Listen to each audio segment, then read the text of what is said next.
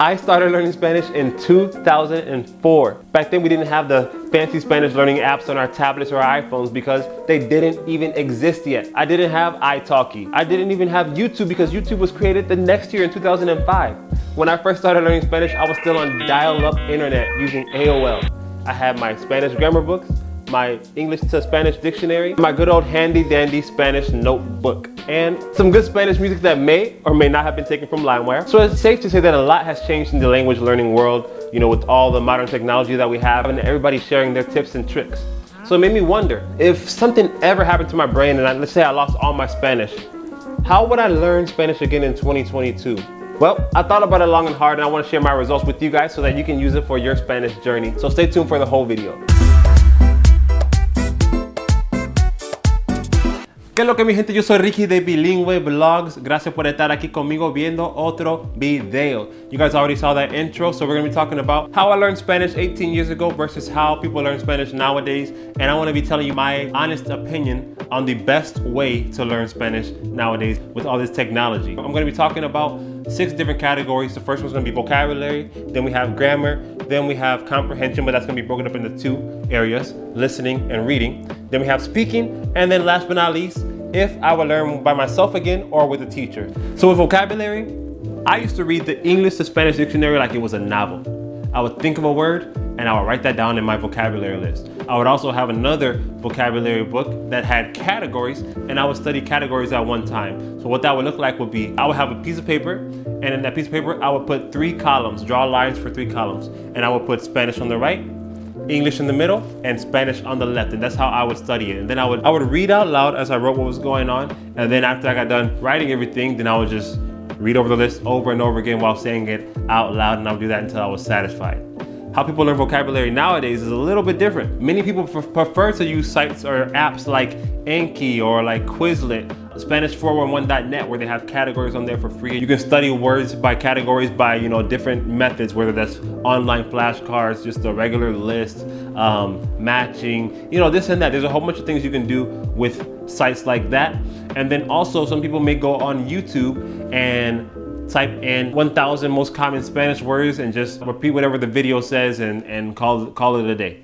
So which one would I choose? Would I stick to my old school way of using my vocabulary book and my notebook and writing it down? Or would I use the modern way of using everything online? Honestly, I would stick with the old school way. Why? Because when I write something down, I'm writing it. I'm also reading it. I'm also saying it out loud and I'm also seeing it. So that's visual learning. That's kinesthetic learning, that's auditory learning, and also I'm speaking it. So it's like oral learning as well. I feel like I'm getting more of an experience with the words than as opposed to me just clicking my mouse and going to the next word, clicking and clicking and clicking and going to the next word. There's no physical connection there besides me just seeing it and maybe saying it out loud, but I'm not writing it down. Even typing is not writing it down. You're just pressing a button. It's a no-brainer for that one. I'm definitely gonna go with my old school way. However, I would use a YouTube list of vocabulary, or it could be an online list of vocabulary. It doesn't matter where you get the vocabulary from,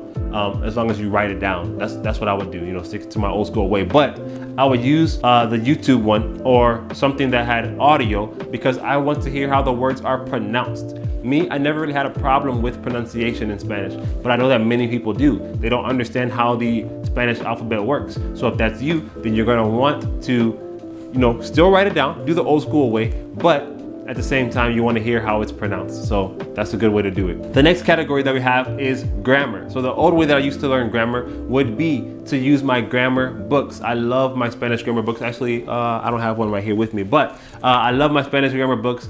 I used to also practice by writing songs and poems because I was very sweet as a kid, wanting to impress all the girls with my Spanish poems and songs. And I would even write love notes to my love interest back then, who sometimes happened to be a Spanish speaker. So, you know, that's how I got my grammar practice in. Nowadays, people use things like Rosetta Stone, Duolingo, Busu, whatever they have, these new apps that people use to learn grammar.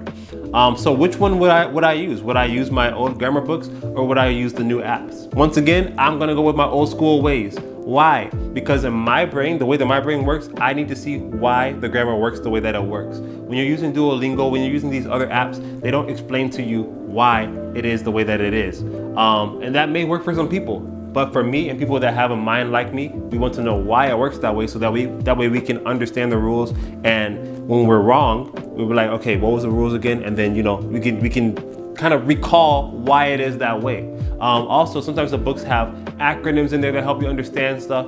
Sometimes the books may have special uses of certain verbs that you won't find in those apps. So I 100% love my grammar books. I'm gonna go with the grammar books. Category number 3 is gonna be comprehension. We're gonna focus on listening comprehension first, then reading. So to listen in Spanish, what I used to do to practice my listening comprehension was, without subtitles, I would listen to music and I would listen to the telenovelas, not having any type of subtitles on there at all. So pretty much meaning that I was lost. I would also sometimes, with my grammar books, if there was a CD that came with it, then I would listen to the audio files on that grammar book, or from that grammar book, and that would kind of help me to better my comprehension as well, and that was a little more useful.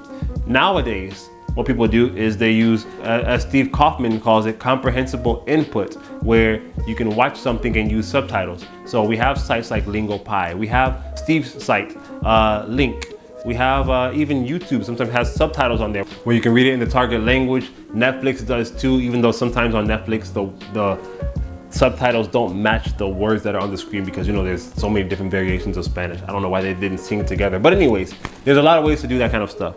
So which way would I use? Would I use the old school way of just using, you know, the music and the telenovelas without knowing what was going on, or would I use the modern way? I'm gonna have to go with the modern way. I would definitely use subtitles. I used to hate subtitles.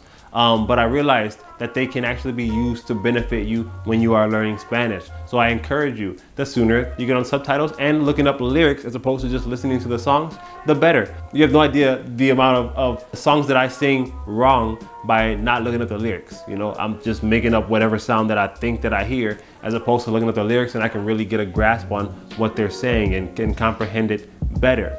It helps you to understand Spanish better and faster if you look up the words. Now, when it came to reading, what did I used to read? Back in the day, I used to read the exercises from my grammar book and just my Spanish dictionary, and that was it. I used to hate reading in English and in Spanish. Nowadays, what do they have to read from? Well, people have books that are translated from English to Spanish. I'm not talking about just boring books. I'm talking about whatever book you want to read. Rich Dad, Poor Dad. I like finance books, so that one's in Spanish. I just got a bilingual Bible. They have Harry Potter translated to Spanish, Hunger Games translated to Spanish. You know, really popular books. That stuff is translated to Spanish, and that's what people have nowadays, where back in the day, I don't think it was really like that. So which way would I choose? Well, I think the answer is obvious. I would definitely choose to read books, but I wouldn't read like novels. I would start off, you gotta start where you are. So if you have a kid reading level in Spanish, start with kids books and then build your way up. But yeah, I would definitely read more books nowadays than I did before, because I read 0 before. But it just helps so much. It helps to glue it all together to help you understand the grammar more and why things are used the way they're used and how they're used.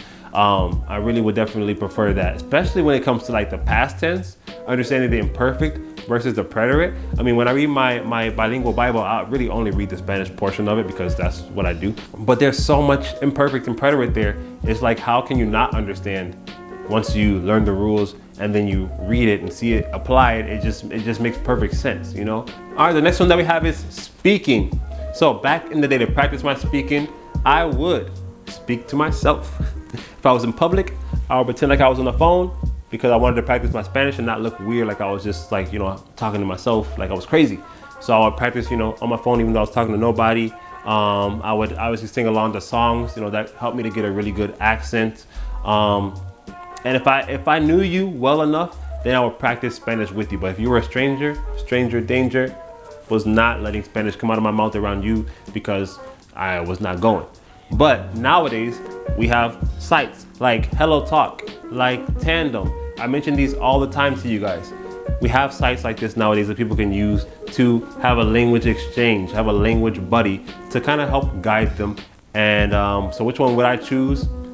I would definitely choose to talk to people. I would definitely choose to find a like-minded community, a few language buddies that can help me understand and navigate this language. That is a great option. And I don't know, I mean, I didn't have it before, but I wish I would have used the people that were around me more. I mean, growing up in Chicago, there's a lot of Spanish speakers. I could have used more resources than I actually used, but I was shy, you know, I was shy. So don't be shy, don't be shy. Making mistakes makes you better. Making mistakes is essential for you to becoming a well-rounded, great Spanish speaker. So the sooner you start speaking to people, the better. I'm actually very proud of one of my students. He's been with me for 3 lessons, starting from scratch, and he's already had a conversation at work. He just told me about it today and I was celebrating with him. That's great. I was too scared to do that. So don't be like me. Talk, speak soon. It's gonna help you to get better at speaking. That's the only way to get better at speaking is to speak. And last but not least, we have the last category. So the old way that I learned Spanish was to learn by myself. The new way that people do is to learn with a teacher, with a tutor. People learn in school and they also learn with online private teachers and private tutors. I myself am a private Spanish teacher. I have my students and I love working with my students. So obviously, I'm gonna say that it's better to learn with a teacher. Not just because I'm biased because I'm a teacher. No, it's because when I was learning by myself, it was a pride thing. I had an issue with pride. I'm the kind of person that can learn to do anything that I put my mind to. Why? Because I do not give up. I took a lot of pride in the fact that I taught myself how to cut hair. I taught myself how to play piano, how to play guitar, how to write songs, how to sing, how to rap, how to do all these things, even flipping. So it was like Spanish, me teaching myself Spanish was another thing under my belt that I could say, yeah, I did that because I'm that cool. Like I did that by myself. That was dumb. That was dumb. That was prideful. Don't be prideful. I worked harder and not smarter. I could have learned Spanish faster and I could have been more efficient with it if I had a teacher. But no, I wanted to be prideful and do it by myself. Teachers can motivate you. Teachers can, when you're slacking, they'll be like, yo, what are you doing? You know, why are you slacking? They can also teach you the colloquial phrases and the slang that you will not find in the books or, you know, in the grammar books or in the vocabulary books.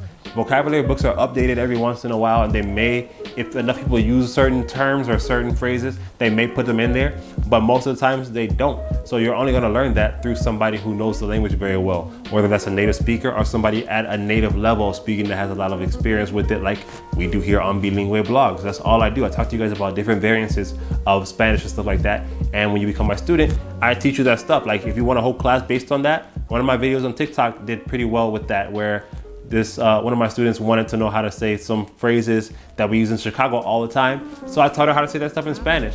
You know, that's what a Spanish teacher is for. So definitely 100% I would choose a Spanish teacher nowadays. If you're interested in signing up with me, there's a link up there. I would love to teach you, love to help you grow.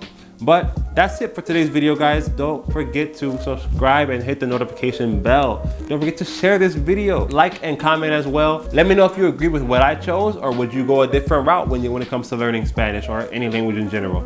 Ya tú sabes, mi gente, hasta aquí el video de hoy y nos fuimos.